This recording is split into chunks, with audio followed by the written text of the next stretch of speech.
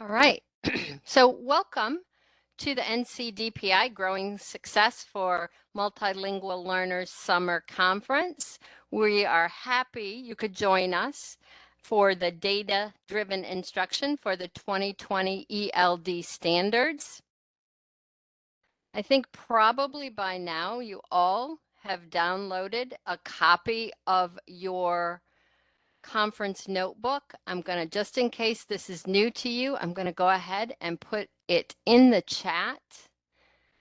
You can use this notebook to keep track of and reflect on your learning and artifacts from each session. If you have any questions about that, by all means, let us know. I am thrilled to introduce our presenters today. First, I'm going to Lanny Simpson, who is a longstanding member of our English language development support team from Burke County, ESL Director Lanny Burke. Lanny?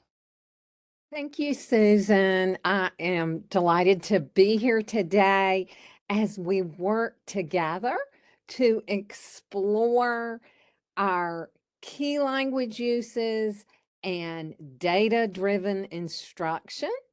And I'd like to introduce to you our lead teacher from Winston-Salem, Forsyth, and my partner in crime, Tamara Coburn. You will see today what a fantastic presenter she is. Thank you, Lanny and Susan. Both of you, I'm so delighted to be here with you, as well as with our colleagues on the other side of the screen today. Welcome, everybody. So our goals for today are that we will all become acquainted or better acquainted with the key language uses in terms of summative and formative assessments. We hope to interact with the new proficiency level descriptors as summative interpretations of student growth over time while we reflect on our own practice.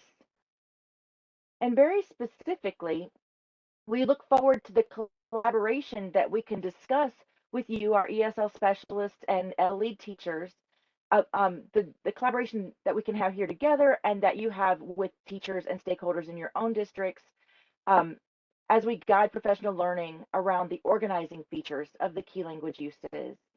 And we hope that we can continue to use those proficiency level descriptors to support assessment and goal setting. And so I'd like to review with you our 4 key language uses. You'll notice in the graphic on the left of our slide, narrate, inform, explain, and argue. I use the mnemonic NIA, N-I-E-A, to keep the key language uses in my head. You'll want to cement these 4 key language uses in your brain. And you will see today how these overarching language uses show up in school. WIDA has done the heavy lifting and they have sifted through tons of curricula, literature, and academic text to distill these overarching 4 key language uses.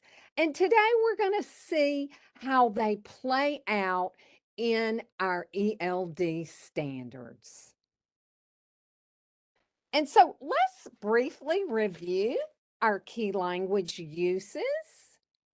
Narrate represents experiences through stories or histories. Can you click, Susan, to reveal our thought bubble? There we go. And let's look at some more genre examples. How about inform? This genre communicates factual information. As you would expect, it's found in nonfiction. You'll see classifying reports, compare contrast reports, problem solution reports. Now for explain. This genre answers the question of how or why. You'll see these genre examples for explain in the thought bubble. And then finally, argue. Argue is a biggie category in schooling. If you'll notice in the examples in the thought bubble, argue crosses all content areas.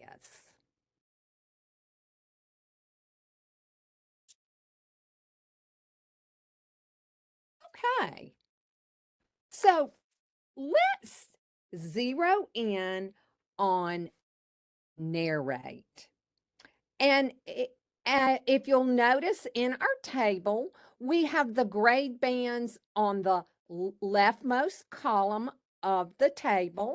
And then you'll notice the 5 content areas in the second row across the top.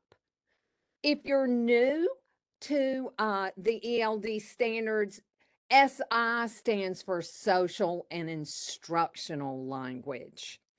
And so as you peruse the distribution of the most prominent key language use of narrate across the grade bands and the content areas, what conclusion can you draw regarding instruction with regard to narrate in the content areas and the grade bands? What conclusions can you draw from this distribution chart? What do you see?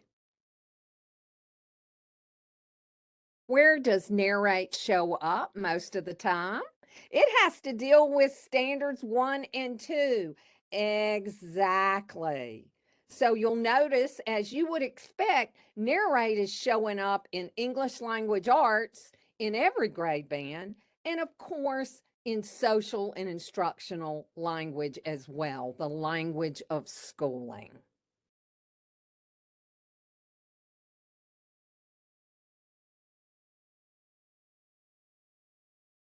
Tamara? So that takes us to our next key language use, inform. This key language use highlights language to provide factual information. As students convey information, they define, describe, compare, contrast, organize, categorize, or classify concepts, ideas, or phenomena. These are the language functions of what they do to inform. Let's take a look again at this distribution table of inform, again across the grade bands and the content areas. What conclusions can you draw about how inform impacts instruction as in the elementary, middle, and high school levels? And again, we're asking you to add into the chat box what you see about inform and where it shows up.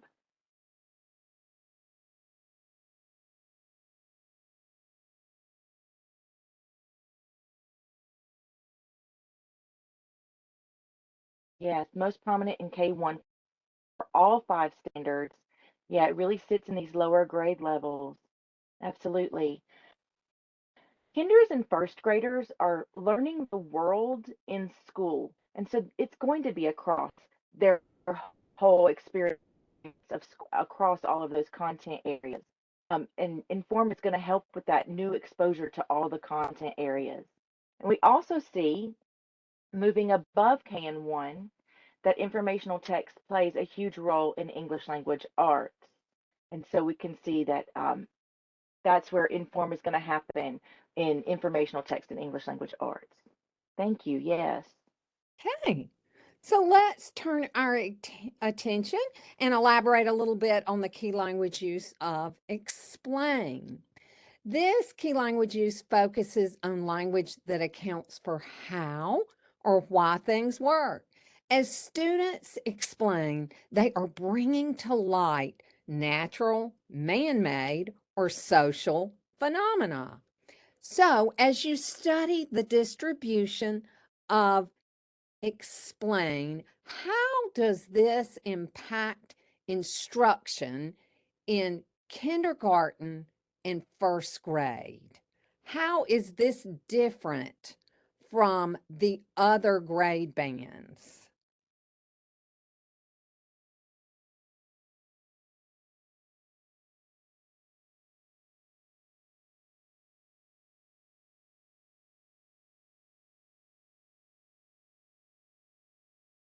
Right. So explain is only showing up in the language of science for K and 1. Think about in kindergarten a classic topic. Think living versus non-living example. But we aren't quite there yet with math and social studies explanations for our kindergarten and first grade babies. Great, thank you. Right. So Honey, that takes us should to I read argue. the form that was in the chat box? That's okay.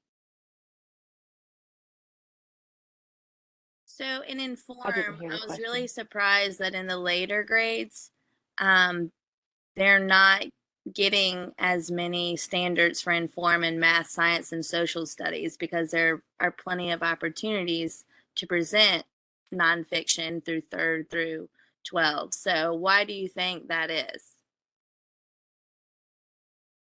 Can we go back to our slide, Susan, on Inform, that slide 13? There we go. And so can you ask your question again? Sure. And Amy Cox said, I think it's because higher grade levels focus on explaining, defending, arguing rather than informing. But I was surprised that even starting in 2nd through 12th, that there isn't a large focus on Inform in math, science, and social studies. It was surprising to me. And Yeah. why do you think that is? Yeah, and honestly, the dots represent most prominent. It doesn't mean that it doesn't happen at all, but when they surveyed the literature, it these were the most prominent areas. So it's not that it doesn't happen, and it also reflects that focus on higher order thinking skills. That's I agree with that, Lanny, and with the idea that Inform is still a part of it, and it really does lead into how students are able to build out those explanations, build out their arguments. So information is still a part of it with a slightly different end goal, a further along end goal. Point well made, Tamara.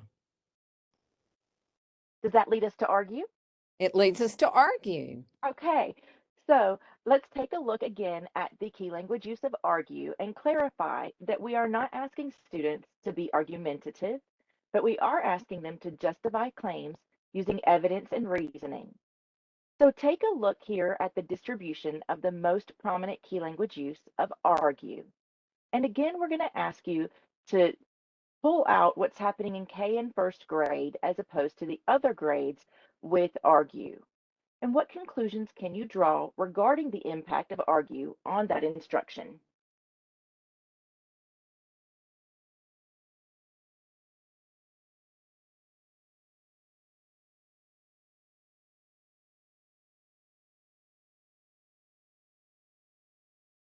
So what do you see happening differently in kindergarten and first grade from in the other grades with regards to argue?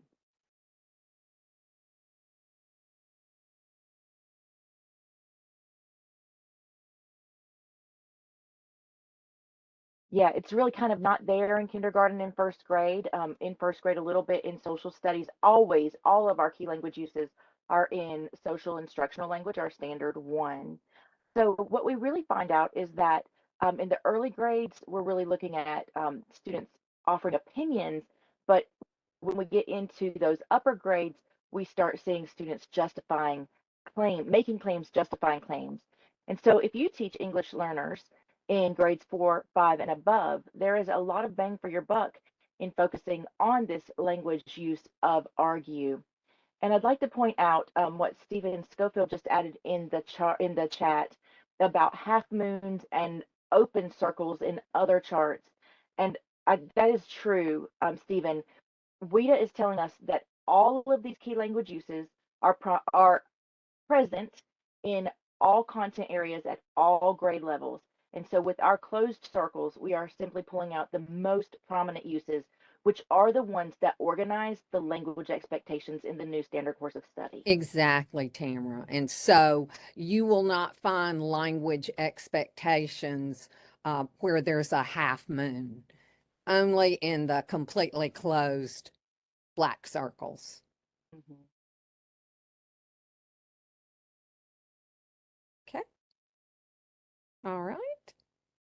And so let's take a look at what WIDA has to say about key language uses.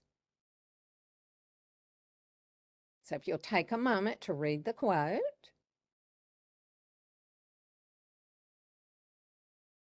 And so as we put heads together today to reflect on the new standards, let's pay attention to how key language uses show up in the language expectations. And as we clarified earlier, those are the fully closed black dots. And these language expectations or language goals are delineated in nomenclature to look like typical content standards that folks are used to seeing.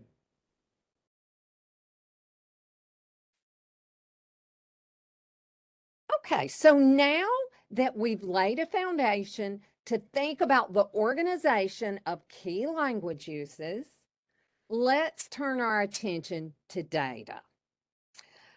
Our essential question for today is, how in the world do key language uses and data work together? So we're going to take a look at formative data first, and then we'll turn our attention to summative data. So we'll start here with formative. And as you know, formative data is where the rubber meets the road and teachers use it to adjust their instruction. And so we wanted to provide you with a practical tool for formative assessment around the key language uses.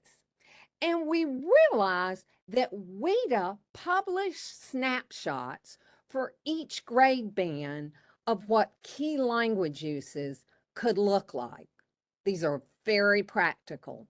If you're a veteran teacher of a specific grade band, these examples will ring true for you.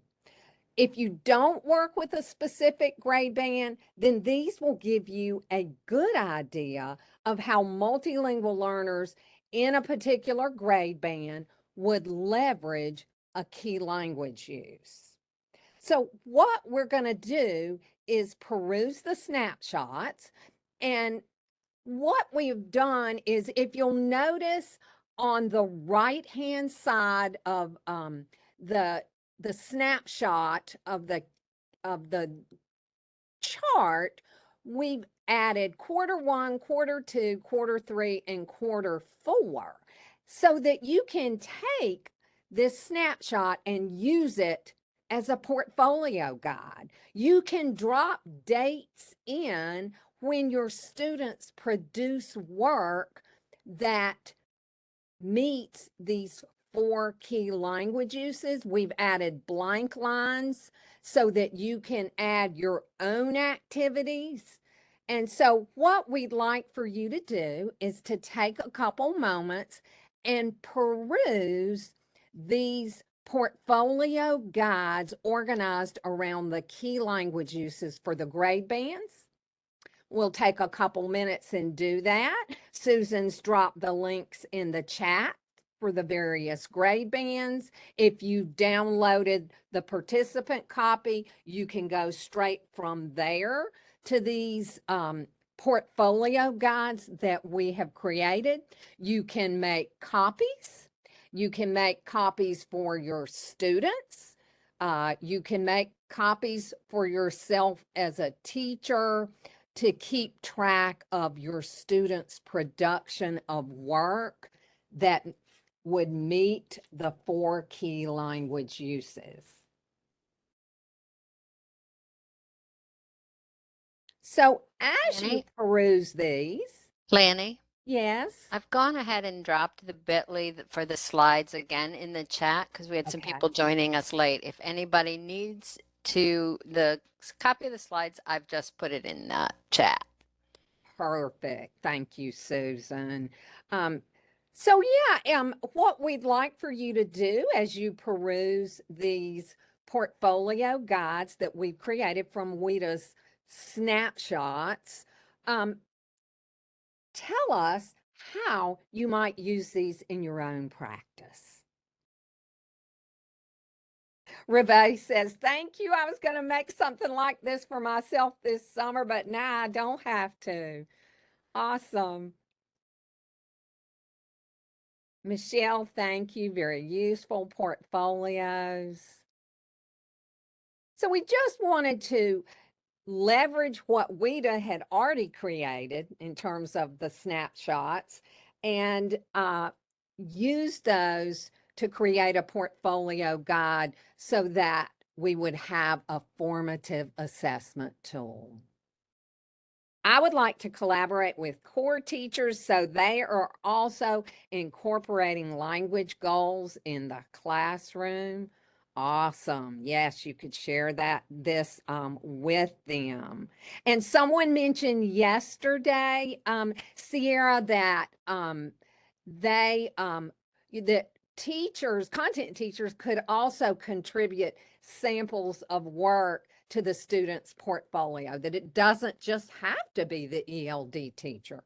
And you can use this to create digital portfolios, or you can use the old-fashioned manila folder portfolio and print the portfolio guide out and fill it out by hand, whatever works for you.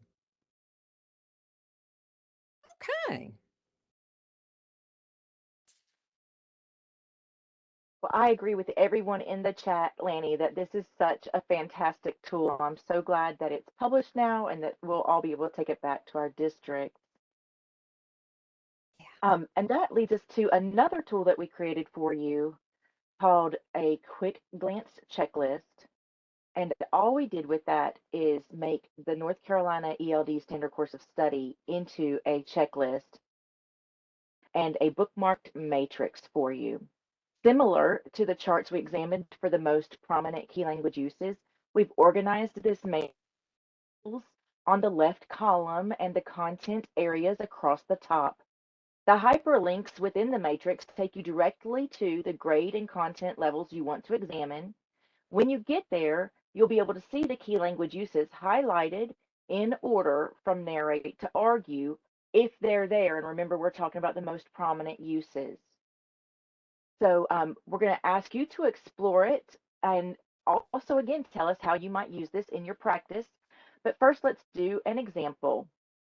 So we're going to take a look at the English Language Development Standard in the content area of math for grade bands 4 and 5.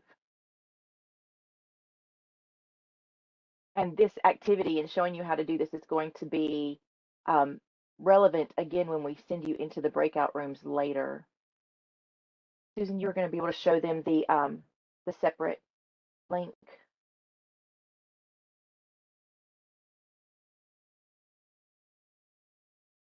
Excuse me.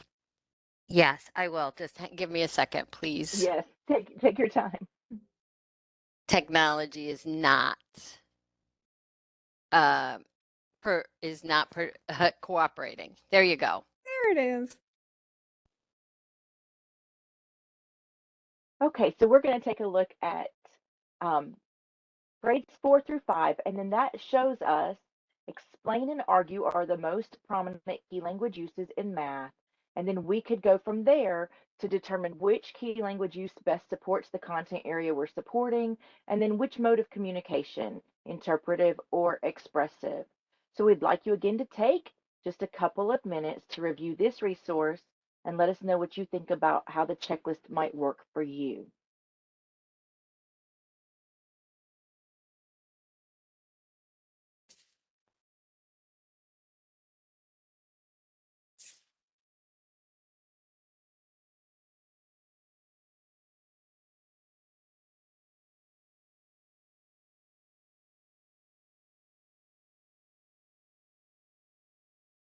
Ah, yes, something intentional. And this with the mapping, I hope you've gotten to attend the mapping sessions, but just to be able to really support that integration of language and content is amazing. Oh, Hmm. nice. I like this. The checklist can be used for self-evaluation when working on student data folders. Absolutely. We love anything that helps students take ownership of their learning, and hopefully you'll see more of that as we go along.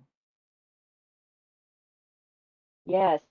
And that's where it started for me is let's make sure that we know that we're getting everything done that we need to get done. And so kind of as we get started with this, keep a checklist of how and when we're doing it. Exactly. And we also wanted to save teachers time. I'm sure as a lead teacher or an IC in your district, you are always looking for tools to save teachers time. And as we all know, the ELD standards is a massive document, and we wanted to make it as simple as possible to get to that grade band and that content area that you were looking for a language expectation. Absolutely. I'm seeing a lot of Uh, praise for this chart in these resources in the chat, Tamara and Lanny. So well done, you. Thank you so much. Thank you. We're It delighted. makes us happy.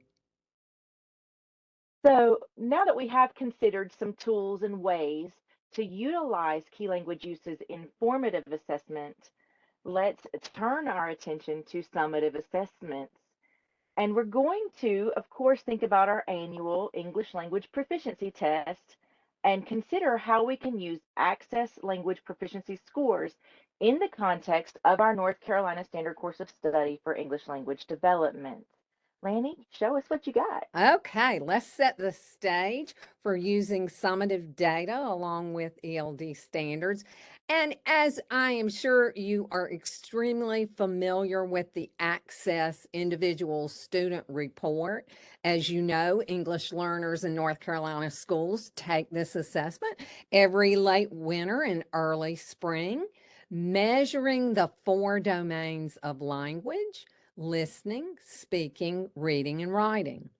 I want you to take a minute and peruse the sample scores for this report. If you'll notice in the box on the left of the slide, listening is a 4.6. And if you recall, Access runs on the continuum from a level 1, which would be a student new to English, to a level 6.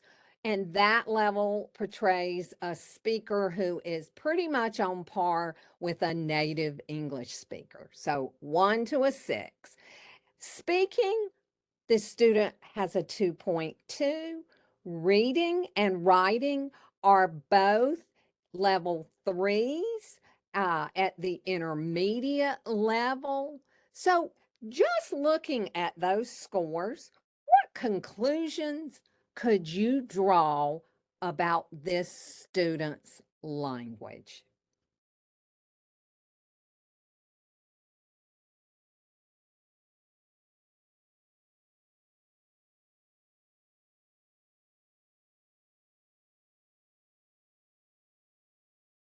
Think about the domain scores vis-a-vis each other. I use these levels to know what I have to focus on with every student. Right, needs more practice in speaking, fairly well with input, but needs to focus on production. This student will have difficulty doing oral presentations. Growth opportunities. Thank you for framing that speaking score in asset-based language. The speaking domain, this student has the most opportunity to grow. And what do we know about language proficiency scores? Lower grows faster. So important to keep in mind. Absolutely. Listening is the student's strength. Leverage the strength in listening to grow other domains. So, for example, for this student, I'm thinking read alouds to support that student's development in reading by leveraging that strength in listening. Absolutely. Have them do recordings to help them grow. You guys have it perfect. Setting goals with regard to speaking and conferencing with this student.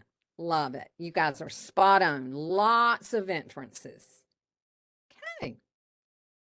Wow, I appreciate everybody's insight so much.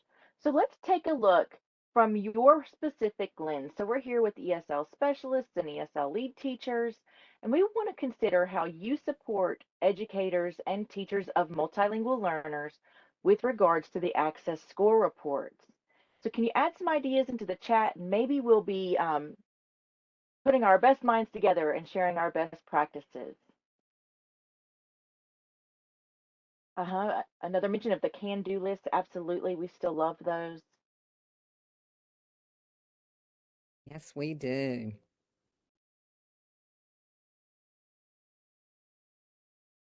So this is Sierra. I just put in a link and it came from UNCW's ESL program. My professor shared it and it's been really helpful. It's not a one and done, but it's a guide to show where their access levels are, where they should be in their reading level, because there's a range, because I think a lot of the times they're not at this reading level, and I'm an elementary school teacher, so reading level is very important, or core teachers have such high expectations of where they should be, but it's a great guide to tell you about where their level really is. And if you've seen this before or have other resources similar to it, I would love that too. But it's been really helpful for me for grouping. Thank you for sharing that resource. Yeah, we will check that out. And then we see some other things in the chat about sentence stems, creating materials that build on the assets of the student's level, helping teachers understand those content or those access scores can help with those collaborations. So thank you all for your wonderful insight. So taking a look at the access score report and knowing what you do, let's unpack what an access looks like and sounds like for one sample student, Maria. Okay, thank you, Tamara. So think back to the access sample score report we looked at earlier, and let's say these scores belong to Maria, a middle school multilingual learner. Let's see what our sample student Maria has to say about her own language skills. If you recall, she had a listening of 4.6 on the continuum from a 1 to a 6. And as you guys have already aptly concluded, listening is her strength. Think about your own experience with learning another language. Weren't you more comfortable just listening at first? Then you had to muster up your courage to speak. Maria's the same way. Speaking is most difficult for her, as you've already concluded. Recall she had that score of a 2.2. And then Maria is at the intermediate level with regard to literacy. Smack dab in the middle of the continuum, she's at a level 3. She still needs support, but she's developing, beginning to grow her sentences and adding some detail. Take a moment to process what Maria has to say about her own language. Her ESL teacher has worked with her and taught her to think metalinguistically. That's thinking about her own language skills. Let's take a moment to process that.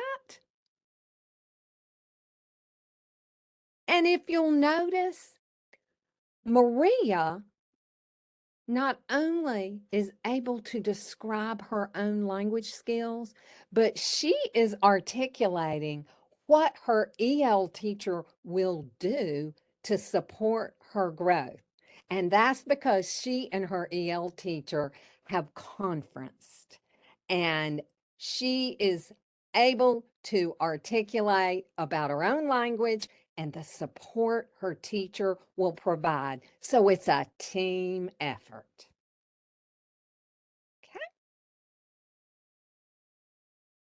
Okay, so Maria's in the 7th grade, y'all, and her social studies class is studying the essential standard of understanding global interactions. That's pretty broad, isn't it? And if you guys have taught 7th grade social studies in the past, you would want to drill down into the clarifying objectives, and you'll notice the clarifying objective that her social studies teacher has selected on the left-hand side of our slide here. And so her class is going to be analyzing the economic, political, and social impacts of disease. So, for example, smallpox, malaria, bubonic plague, AIDS, avian flu, and we can, of course, add to that a very salient topic for today's time, COVID-19. So, after talking with the social studies teacher, her ELD teacher is headed to the ELD standards to see what key language use to focus on. Although she had a pretty good idea after the social studies teacher shared the objectives. Think of the words analyze and impacts. So if you'll notice on the right-hand part of the slide, we have the link here to the quick glance checklist that we've seen earlier today. And Susan has dropped, there you go. And if you'll notice, we're going to go to grade band 6-8, and we're headed to the content area of social studies. Thank you, Susan. She's clicking on that bookmark. And after perusing, I think as the ELD teacher and knowing what the social studies teacher is focusing on, we're going to focus on the key language use of explain and expressive. So we're going to be focusing on constructing social studies explanations that generalize multiple causes and effects of developments or events, i.e. the COVID-19 pandemic. So as the ESL teacher, now that I've settled on the key language use of explain and my language expectation of generalizing the effects or impacts of COVID-19, let's think about what kind of language we can expect from Maria. Well, let's think about those access scores and how they play out in the content classroom of social studies. And so, as a means of support, Maria's social studies teacher is going to display these visuals for the students, maybe the lower proficient students, or even all students, to kind of get their thinking jogged as to the impacts of COVID-19. Okay, very simple. Get these right out of free images that you don't have to attribute to, in like Pixabay, for example. So let's take a look after Maria's teacher has shown the visuals. Then we're going to shift our focus to Maria and content classroom language. And so towards the end of understanding what language proficiency scores really mean, it helps to see examples of language levels embedded in content and how the key language use of explain plays out across the 6 proficiency levels. So in Maria's class, we're going to be teaching and learning regarding the impacts of a pandemic. So what language could I expect a level 1 student in my class to produce after looking at those pictures on the slides of an empty classroom, a student wearing a mask? So they can process or produce, we know, single words. They're new to English, right? So there we go. Mask, no school, no job. Effects of the COVID-19 pandemic. Our level 1s have got the content, and there's the language. Now, what could we expect a level 2 student to sound like? Let's do a short sentence. What's happening in those pictures that we showed? Wearing a mask. I lost my job. They might be able to produce there is no school, or maybe just no school. Okay, so now a level 3 student. Let's add a little detail to our sentence. Now we've got a compound sentence. I wear a mask and I lost my job. There is no school because there's that connector. We have COVID, explaining the impacts of COVID-19. A level 4 kiddo in Maria's class. They're called expanding for a reason. Let's add a clause to expand the sentence. Because of COVID-19, there's that explanatory clause. Schools and restaurants closed. I don't have a job anymore and have to wear a mask sometimes. How about a level 5 student? Take a look at that technical vocabulary they're able to produce. Financially, educationally, remotely, along with a variety of sentences. And then level 6, the sky's the limit with language, as we are all still lifetime language learners.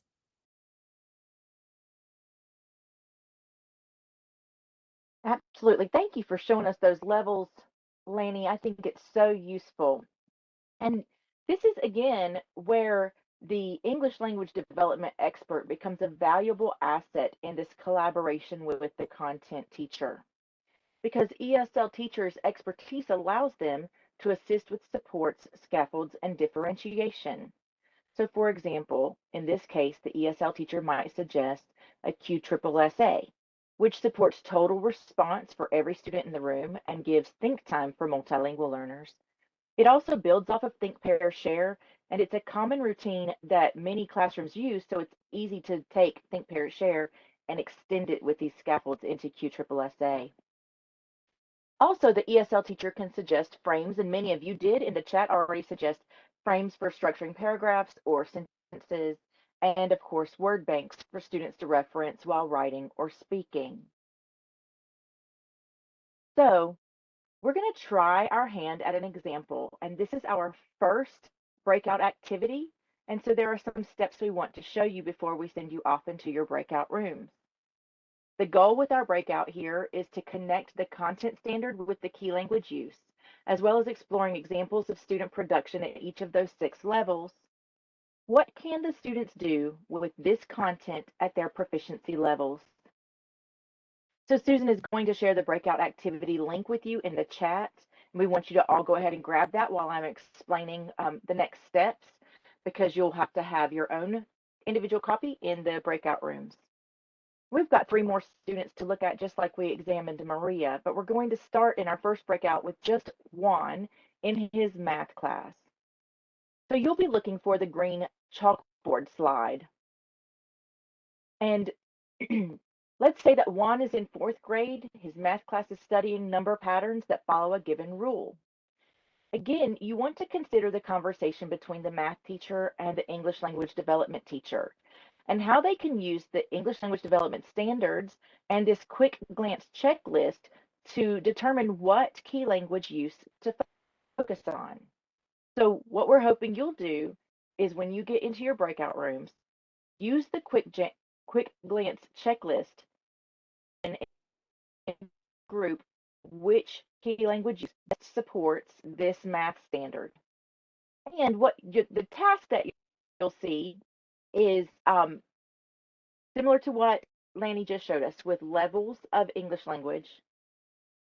And so we'll ask you to take a look at these empty language boxes, and in that we want you again to discuss and decide which key language use to best fit in the content. But Susan showed you that if you take the upper left corner of the slide in your breakout activity and click on that, you'll be able to delete it out of this answer for that key language use. So our answer is hidden underneath an overlaid image. And then we're asking you to discuss language examples shown in the text boxes outside of the slide fit into each level. Susan, can we show them that slide? Can you, we have some sound issues, Tamara. We're getting a lot of. Yeah, Lanny, why don't you? Okay, I'll take over. Yeah. Okay, so Where do you want to back start, Lanny?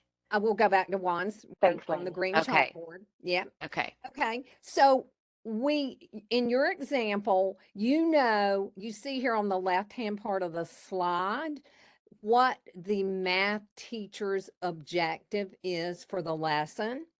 And so you, as the ESL teacher, you're going to head to the ELD standards, and you can use the quick glance checklist because it's really going to help you get there quickly. You know that you're going to head to grade band 4 through 5 because Juan's in 4th grade. And then you know you're going to be looking for the content area map.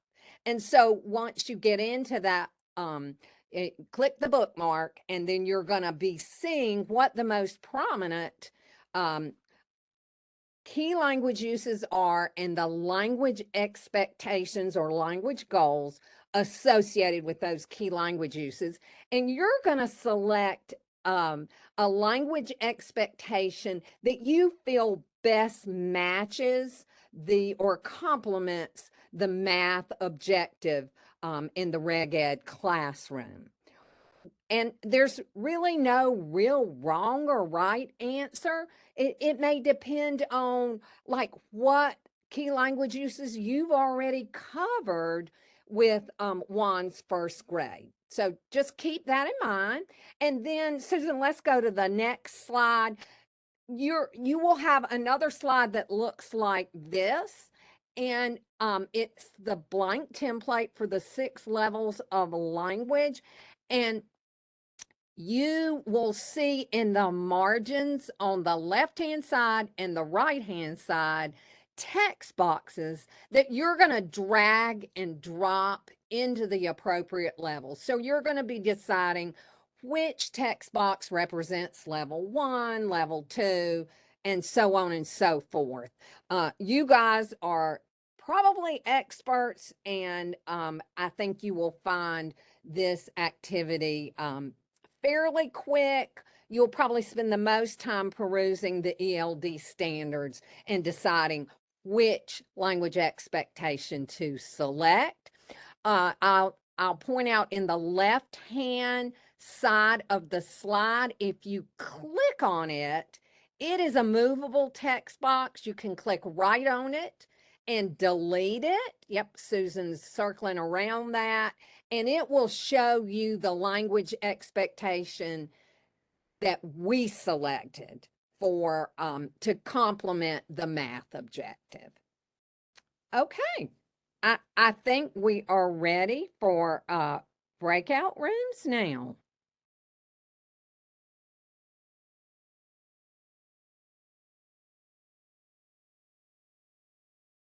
You should see an invitation to the breakout rooms on your screen. It might be hidden behind your participants box or your chat box.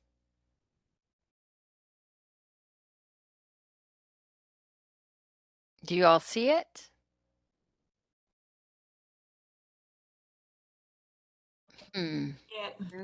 Mine says I'll be assigned to a session soon. They have to click on the participants icon and then click the drop down menu? and Right. see the breakout session. Yes, ma'am. It kind of Okay. hides under the participants, but yeah, you have to click on that little caret beside the word participants and make it go downward. I don't I've done understand. that. Hello. Good morning. It still says we're waiting to be assigned to join a session. All right, I'm gonna Yeah, I'm launch not it able to again. join either. Yeah, Susan, it is showing 0 folks in the Right, breakout right. sessions. Yeah. I'm gonna try.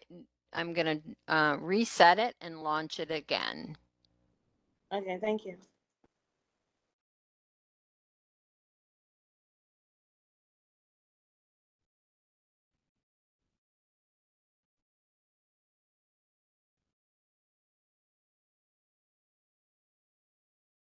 Hmm. Good morning again. I'm only seeing audio only mode from my end. I don't know what happened or how I go to seeing back the drop down menu. Anyone can assist? Hang on just a second. We're working on the breakout rooms. Can you just hang on just a quick second? Okay, thanks. Thank you.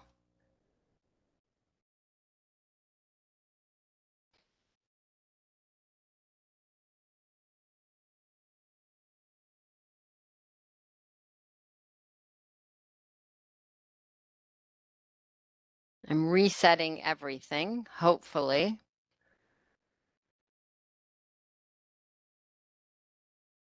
We will be able to do it. Otherwise, we're just going to have to punt.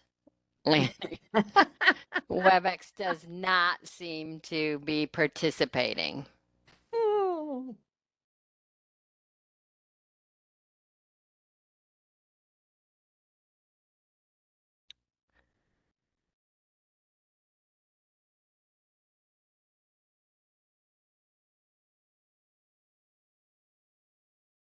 Okay, there we go. Everyone should be in them now or getting assigned to them now. Can you guys go check rooms, please?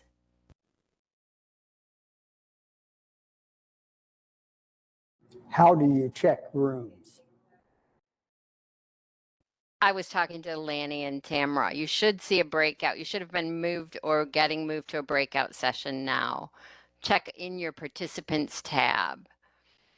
And you know what, Susan? I'm not seeing breakout rooms at all. Either. Well, that's interesting because Me either. can you see that? That's what I see. So I'm not really sure what's happening. So how about we just not worry about this right now and you walk us through this? Can you do that? I'm not really sure why WebEx is not participating because I have it enabled and I have people in breakout sessions, but something isn't working. Something's not right. Maybe Well, maybe now it says breakout session. okay, great. Oh, no, it does. Excellent. So maybe we just needed, Hallelujah. maybe we just needed to give it a minute. Awesome. Okay, Tamara, I'll visit odds. Okay, we'll go to a few. Thank you. Did anyone, Tamara, before you Yes. go, or are you gone? Somebody was speaking and I was trying to do breakouts. Do you know who was speaking? I think somebody was having trouble with breakouts and you just asked them to Okay. wait. Yeah, I think that's all it was. Okay. Okay, thanks. Okay. Uh-huh.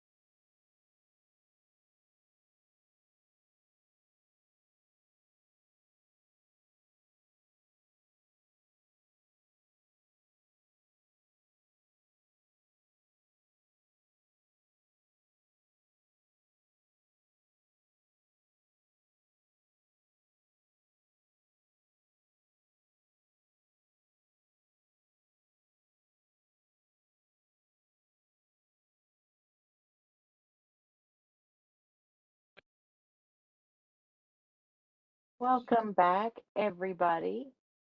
I know we probably interrupted your conversation, and we hope it was a delightful conversation. And we will send you back into breakout sessions soon. But if you would, in the chat, go ahead and add for us some of your wows and wonders um, from your conversation about the tools, about Juan. So think broadly about how you might want to join the chat with this. Um, and we're going to go ahead and take a moment to share our responses with you about Juan. So as you're waterfalling your insights into the chat, um, we're going to take a look at Juan, and then we'll go back into breakouts for 2 more tasks. So first, let's look at what Juan might be able to do in his 4th grade math class. So we're looking at this math standard, generate and analyze a number or shape pattern that follows a given rule. And we've suggested that it's argue, and that he's going to extract patterns or rules from a solution strategies to create generalizations. And one of the things that I heard in some of the breakout groups I visited was, look, here are choices. And I think Lanny even mentioned before, if I've already taught a particular language expectation, I might move on to another one. So we're not going to go wrong as long as we're supporting these key language uses and these language expectations. So remember that a student at level 1 would be brand new to English and just beginning to understand these words 3 times or 4 more. At level 2, we're going to do short sentences like what's happening in this table. Level 3, we're adding more detail. You can see that we're getting a little bit longer. And level 4, by expanding, we're adding that clause, if I add a day. Level 5, we have technical vocabulary, for example, I notice or the original amount. And at level 6, again, there's no ceiling, no cap on what we can learn and continue to grow with as level 6 speakers. All right, yeah, we still see that there are still some issues with the slides and not being able to drag and drop. So we hope that we can figure that out. If you can, yes, Lanny's saying download the slides, make sure you have your own copy, because if it's not forcing you to make a copy, you still wouldn't be able to edit on our slide. So make your own copy. And when we're ready to send you back to your groups, we want you to do the same thing, but this time with Estrella's 1st grade science class and then Marcella's 9th grade English class. So we're going to give you just a little bit more time this time and hope that you get to have a robust conversation. I think, Susan, that Okay, will... we are going to try this again.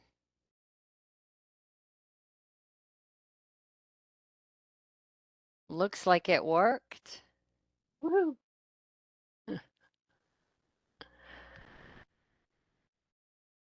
Okay, we're going to start hopping in, I guess.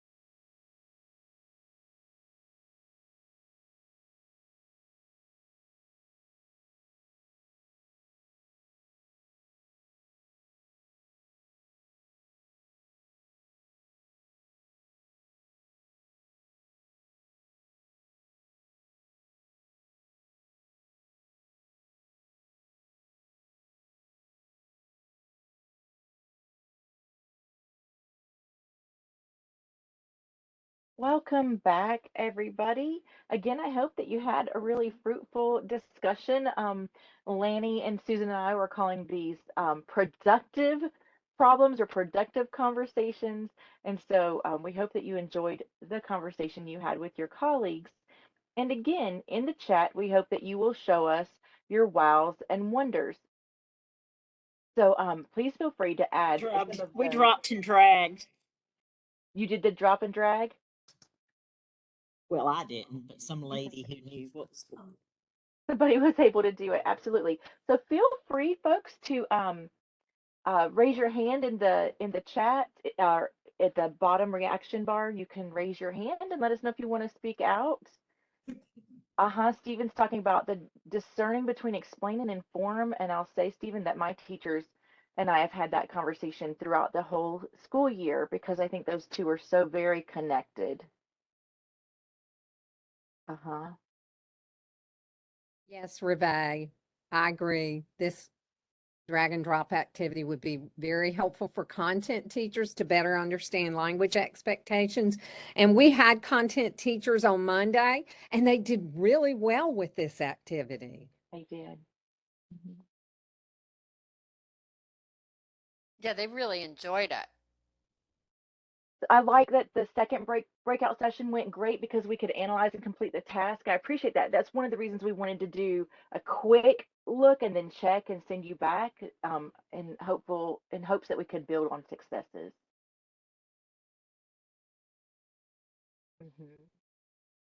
Yes, using the WIDA rubrics could help. Good. Oh, I appreciate your insights and your comments in the chat. And while you continue adding those, Lainey's going to go ahead and debrief us on Estrella's example.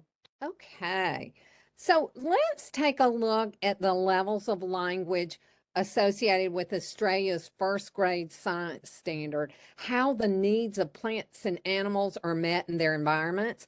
And we talked in a couple of breakout rooms how it could be inform, it could be explain, and it really just depends on where you are with teaching the key language uses to your first graders.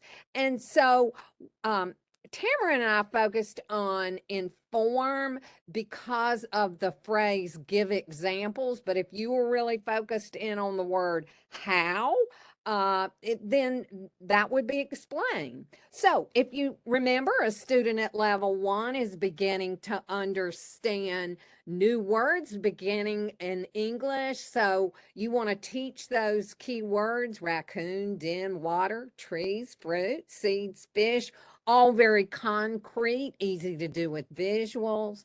Let's take a look at level 2. Let's do a short sentence. Raccoons need water. They need a den. Let's move to level 3 and add some detail to our sentence. Raccoons need fresh water, food, and shelter in the forest, etc. Level 4, this is called expanding for a reason, folks. It's really an intermediate high level. How could you expand level 3 up to level 4?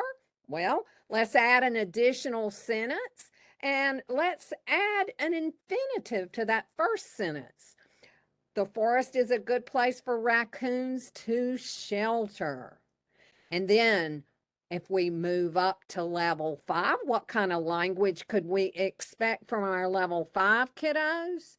Notice the technical vocabulary that we've included: survive, burrows, for example, and we have a variety of sentence complexity there. And level 6, as we've shared before, the sky's the limit. With language, it's equivalent to a native speaker. So those are our answers for our drag and drop activity with Australia. So let's take a look at the language embedded in the content standard for Marcella's 9th grade English class.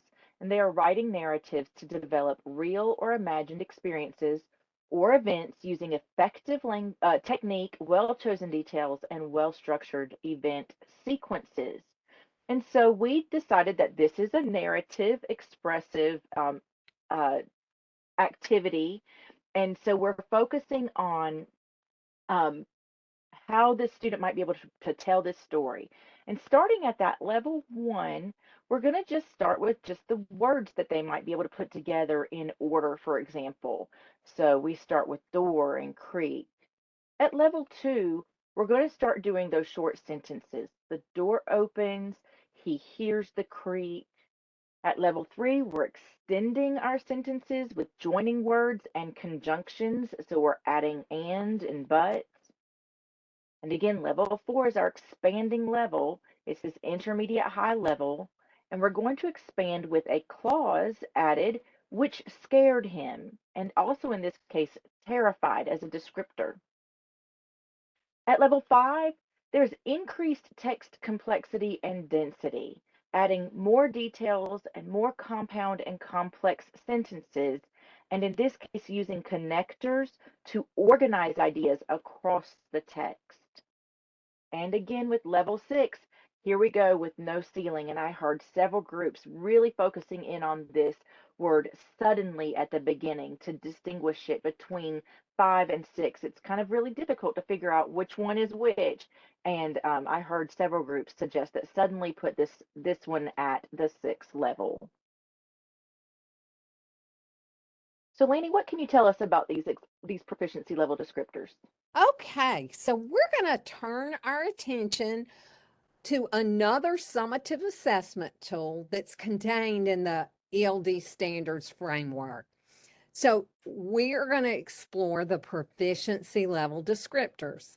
These describe possible trajectories of language for a multilingual learner. Think the 6 levels of language that we just played with in our breakout room activities. But, my friends, these are not embedded in content.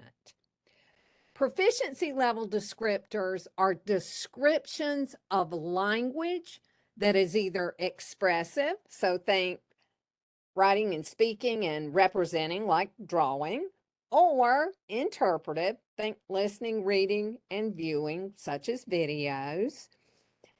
And they're organized by the 3 levels of language: discourse, sentence, and word level.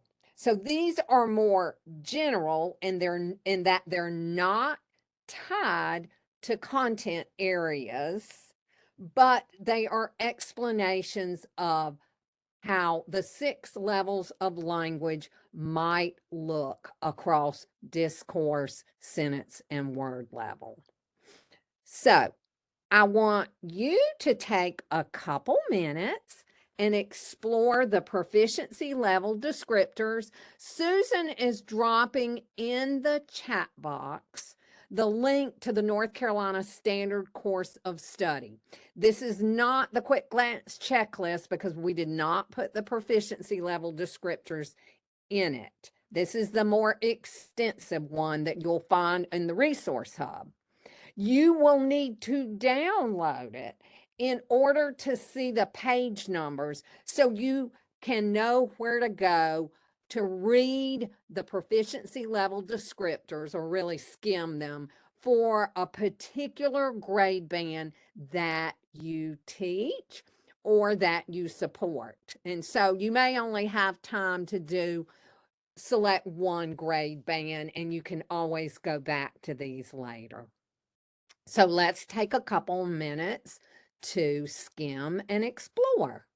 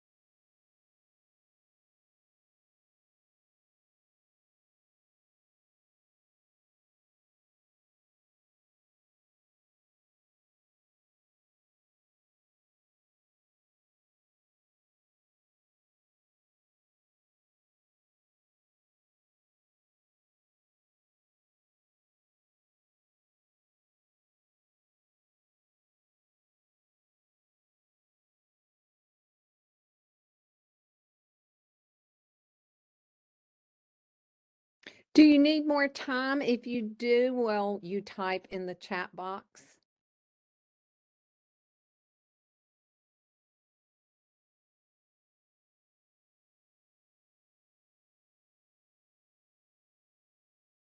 Need more time? Okay.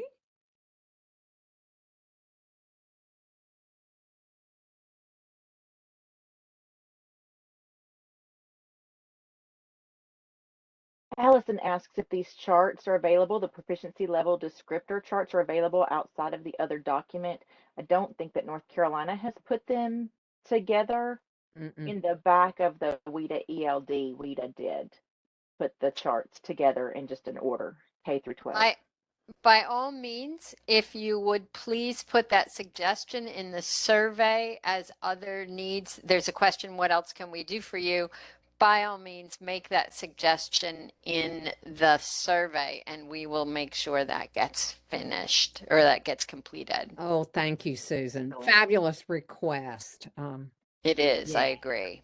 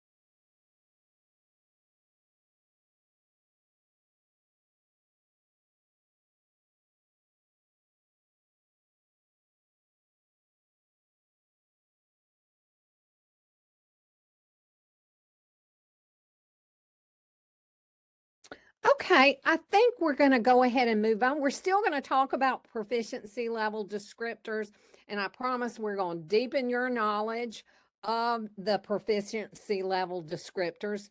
So let's zero in on an example of the proficiency level descriptors for grades 4-5 that are expressive.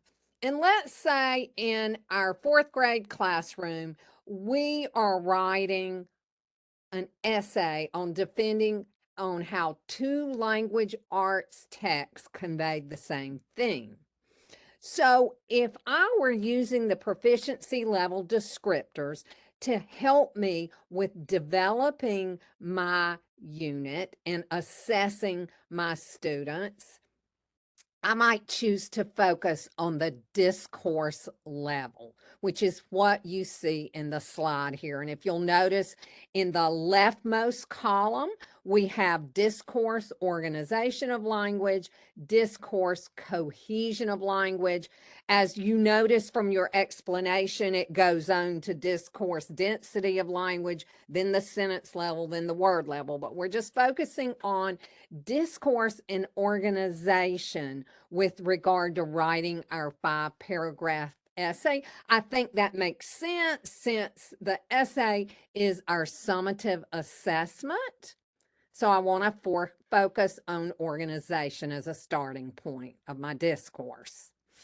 And so by reading across the proficiency levels, and you'll see the proficiency levels go across the top of the chart, then it gives us a developmental snapshot of how multilingual learners grow with regard to organization of language. And so what we've done here is we just highlighted key phrases across the 6 levels that helps us to see that progression or the possible language development trajectory. So in this particular case, a level 1 kiddo, we are looking for short sentences with an emerging sense of purpose. Level 2, we're going to move on to sentences that actually convey intended purpose, emerging organization, and own up the proficiency levels.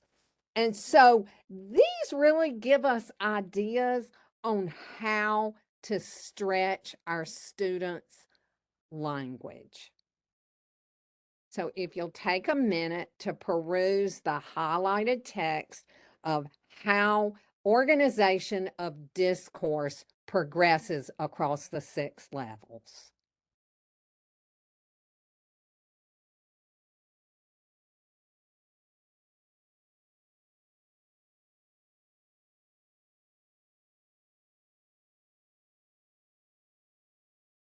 Okay. And so, in thinking about the proficiency level descriptors, WIDA says proficiency level descriptors will be helpful for teachers in clarifying how language grows. This understanding can help teachers, families, and students connect language goals to content success. And when I read that, it sparked an idea in me that, okay, I really and we really need to be using these proficiency level descriptors to help us set language goals for our kiddos. So let's see how that works. So let's take a look at a grades 4-5 student who is writing at a level 3. We want our multilingual learner to grow to a level 4. So what will he be able to do at a level 4 when it comes to writing? So let's focus on each of these 3 levels.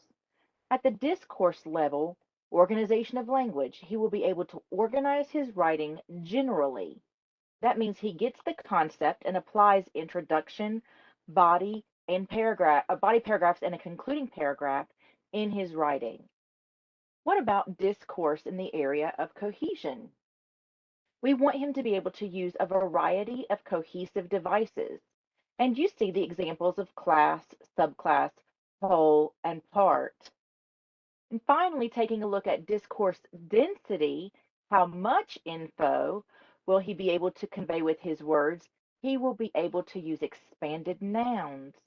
And of course, we love, and somebody has already mentioned this in the chat, how our standard course of study gives examples.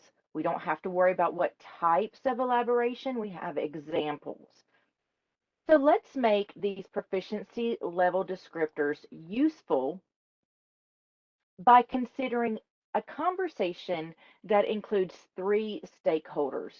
One, his English language development teacher and his content or classroom teacher. And so this is what it could look like when these 3 speak together. And including Juan in this conversation is a part of a strategy to help Juan take ownership of his own learning by setting his own goals. So we're going to go through 3 steps. I can, I will, and my teacher will, and we're putting this all in student-friendly goals. And notice at the top, we see that Juan is level 3 with a goal of moving to level 4. So we want to identify the assets of what our learners can do with language in pursuit of content mastery. Juan says, I can write a paragraph using sequencing words like first, next, and finally. I can use articles such as a and an as well as synonyms, and I can add in describing words to expand my own writing. And then we identify the goals to stretch Juan's language proficiency. So Juan's goals include, I will add introduction, body, and concluding paragraphs to expand my text density. I will use connectors to organize writing, including claims supported by reasons. And Juan already knows how to add describing words, so this last goal sets him up to add technical vocabulary from his content areas into his writing. And finally, we identify the scaffolds that teachers in his content areas can provide to differentiate for him. So he says, my teacher will provide sentence starters, for example, kernel sentences and expansions, or because but so activities.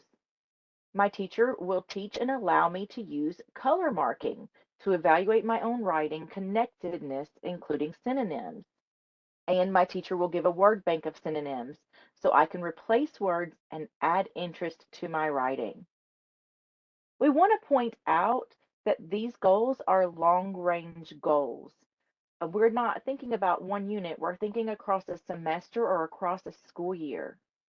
And the idea of using and losing scaffolds is so that after practice with them, Juan can begin to independently apply these strategies without the teacher generated support. And that's where we begin to see English language development. And you'll see that these I cans and I wills came straight out of the proficiency level descriptors, but we've turned it into student-friendly language. And Juan's ELD teacher has conferenced with him and also shared with Juan what she will do to support him so he knows he is not in the language journey alone.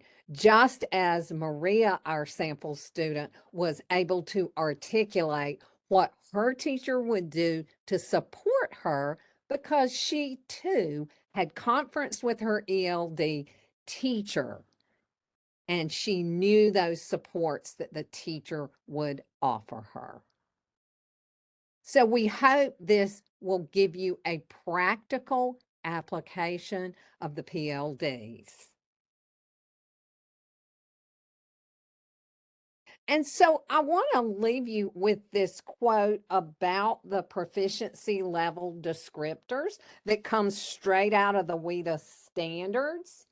And so the proficiency level descriptors describe some ways that multilingual learners will use language over time when scaffolded appropriately. And as Tamara reminded you guys, we're talking a semester or a school year, not just say a unit.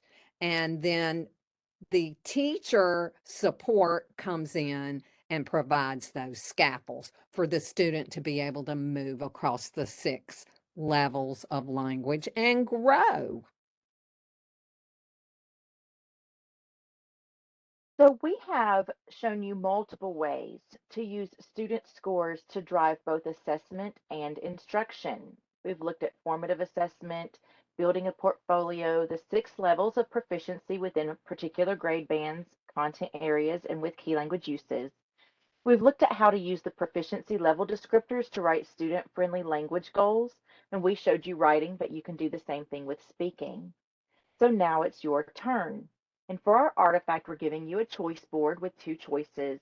You can level up with content and key language use embedded language samples. This is similar to your breakout activity, only for this artifact, we're asking you to consider what your students might produce at each level. So it's not a drag and drop, we're asking you to generate that language. The other option is to level up by setting language goals. And this is the example we just gave with that conversation between these 3 stakeholders, including that student. So we ask you to think of a student that you know and where that student might fall on the proficiency level descriptors. You probably don't have exact access scores in front of you, and so we expect you just to make an educated guess. But how would you name can-dos in student-friendly language, write goals, I will, and then consider those appropriate supports to scaffold up? So Susan has just added our Padlet into the chat. And on that Padlet, you can see each of these activities in the instructions column. And so you'll be able to see everything. Don't have to remember exactly what I said. This will become your artifact for your participation hours. The links in the Padlet prompt you to make your own copy. And we ask you to please add your name to the file title of your artifact task. When you've completed everything, you can add it back as a comment on the Padlet, and you can see how we've organized the Padlet columns. So we're going to give you some time to work on this independently, but we're not finished yet. We will call us back together in just a few minutes so that we can wrap up with some final details. And we'll be monitoring the chat or looking for raised hands if anybody has any questions for us. And we don't expect you to finish your artifact this morning during the time that you have. It's just to get started.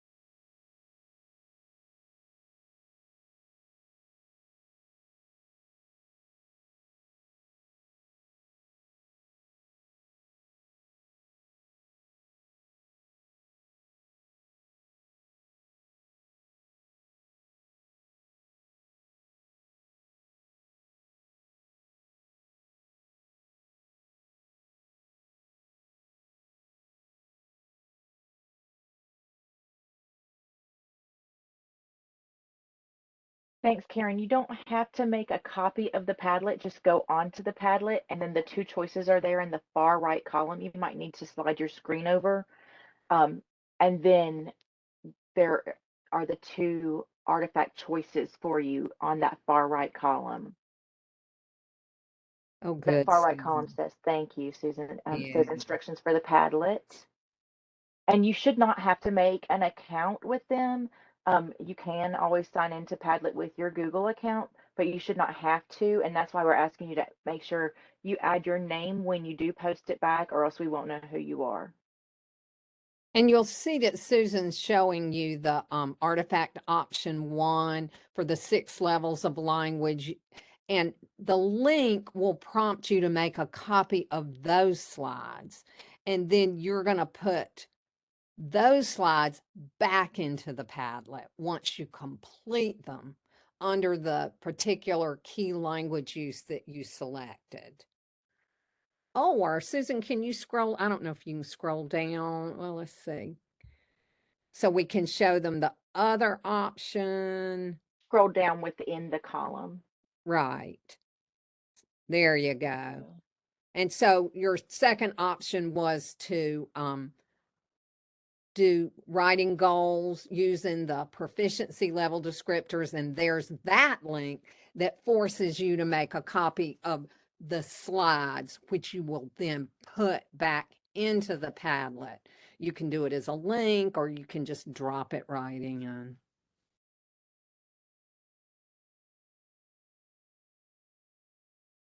And if you have any trouble with getting it back into the Padlet, you can always just share it with us. We'll give you, our emails are on the, I think, the very last slide.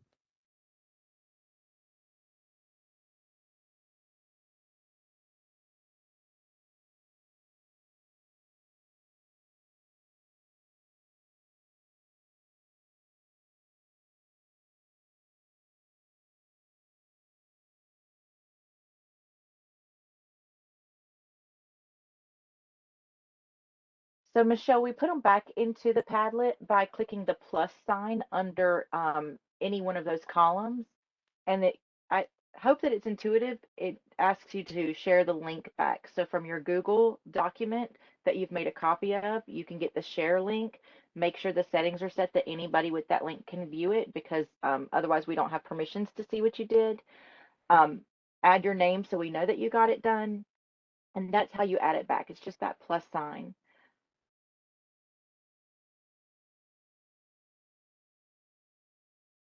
There you go. Thank you, Susan, for showing that. And there are several different options, but you use the one that says the link.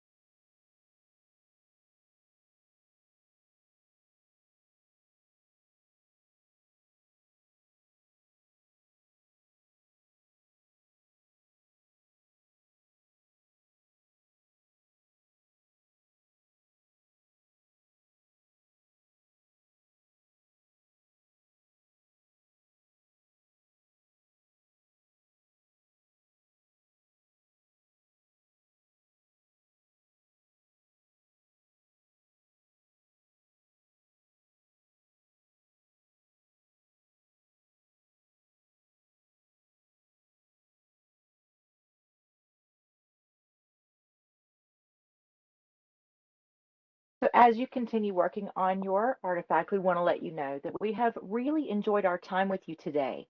We are so grateful for the comments and thoughtful responses that you shared in the chat, the great ideas that you shared with each other and resources. We invite you to please join us for this afternoon's office hours to continue this conversation. We will be there waiting to meet with you. So if you need help with your artifact, we're glad to help you. Any questions you might have, or just discussion that you want to hold, we are happy to be there for you. The link is in the chat. It is also embedded in your slides if you've made a copy.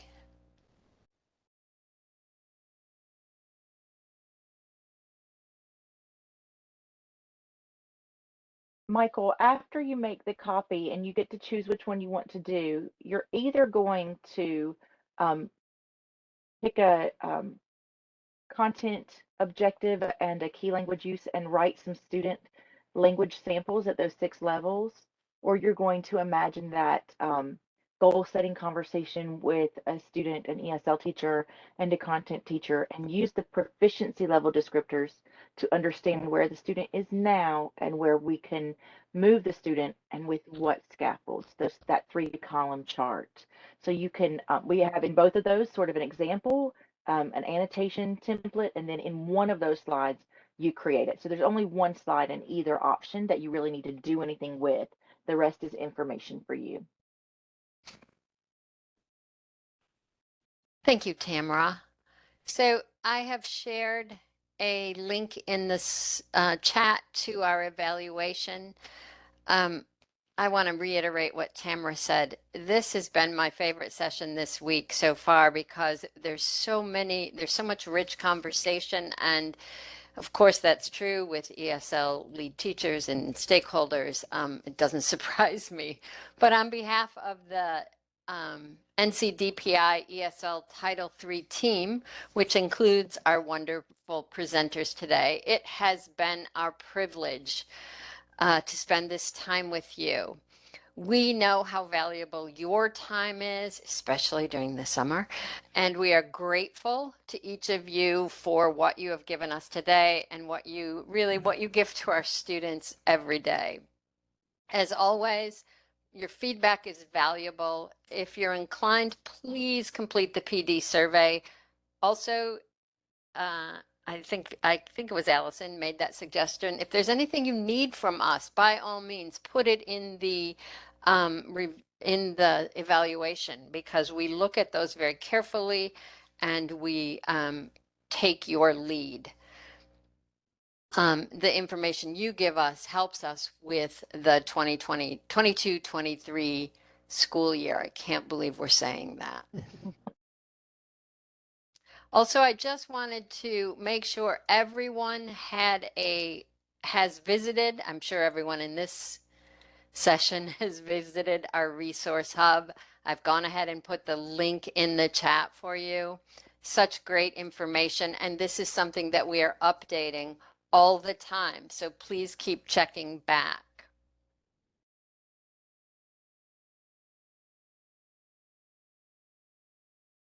Again, thank you. You have been amazing today, and please don't hesitate to reach out if you need anything.